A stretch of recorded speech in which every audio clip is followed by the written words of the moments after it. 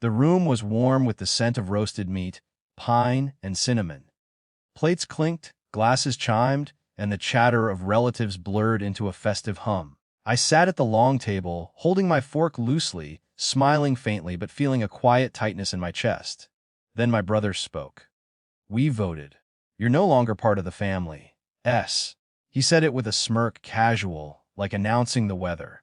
Laughter erupted immediately, a chorus of amusement and disbelief. My cousins leaned forward, my aunts nudged each other, my parents' smiles flickered awkwardly. I felt the words sink into the table like a knife, sharp and precise. I didn't respond. I simply nodded, letting the silence stretch. My chair scraped gently as I stood, slowly, deliberately. The room's laughter faltered, then stuttered into a nervous murmur. In that pause, a flood of memories arrived unbidden. Childhood votes over trivial things: who got the front seat in the car, who picked the TV channel, who was chosen to be the scapegoat for minor mishaps. Secret alliances, whispered jokes at my expense, tiny humiliations disguised as fun. I had carried them quietly for years, learning early that attention was often weaponized against me. And yet, for the first time, I recognized the leverage I had accumulated. Not in some theatrical sense, there were no guns, no public shaming, but in subtle, undeniable authority.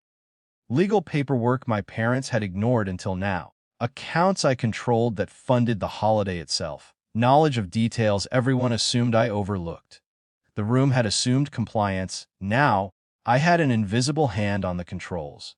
I walked past the table, each step measured. My brother's smirk faltered as he saw the shift in posture, the calmness that didn't belong to someone humiliated. My parents glanced at each other, sensing something they couldn't name, but felt immediately. Whispered questions bounced from cousin to cousin. Did she mean that?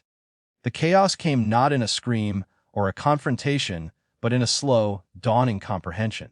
The family patriarch, a distant uncle, realized mid-laugh that the dinner bills had been handled through an account that I managed. My parents had depended on me without acknowledgement.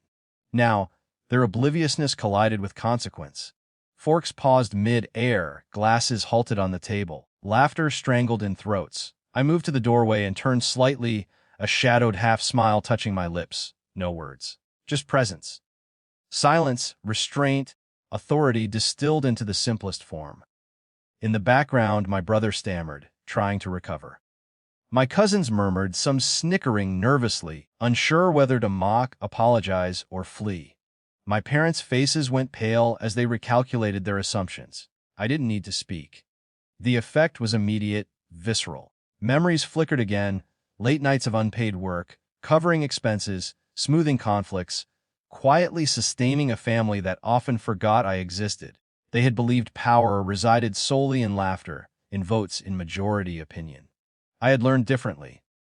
Authority could be subtle, slow, silent. It could wait. It could arrive in moments as small as standing up from a chair. I left the room without a word, stepping into the quiet hall, hearing the echo of disrupted assumptions behind me. Forks fell clattering onto plates. Voices rose and fell, accusing, recalibrating. Chaos, but controlled. They were scrambling not because I had shouted, but because they had overlooked the quiet leverage I had always held. Once outside, I exhaled slowly, letting the tension ease from my shoulders. It wasn't a victory they could celebrate or a public spectacle. It was personal, internal, earned through restraint. I felt the balance shift, imperceptible to anyone but me, yet undeniable in its consequence. I glanced at the snow falling gently outside, each flake a reminder that calm could follow turmoil. My family would need to reckon with this. Some would resent it. Some might never speak of it. I didn't care. For the first time in a long while, I had walked through humiliation and emerged not diminished, but quietly empowered. I turned the corner into the empty living room, the muffled chaos still echoing from the dining room. I knew there would be consequences, conversations, maybe even confrontations later. But for now, I let the silence hold. My control wasn't loud. It wasn't vindictive. It was simply undeniable, measured, and mine. And in that quiet, I realized something essential: power doesn't always roar. Sometimes it whispers in the spaces left by laughter, in the pauses of misunderstanding, in the calm of someone who refuses to respond in kind. The room behind me had learned that, and there was nothing they could do to unteach it. The Christmas lights twinkled faintly, casting long shadows across the room. I stood there for a while, letting the quiet victory settle around me. They had laughed, but the laughter no longer defined me. I had moved, deliberately, through the storm they had created. And for the first time, I had left the table not just physically, but emotionally, on my own terms.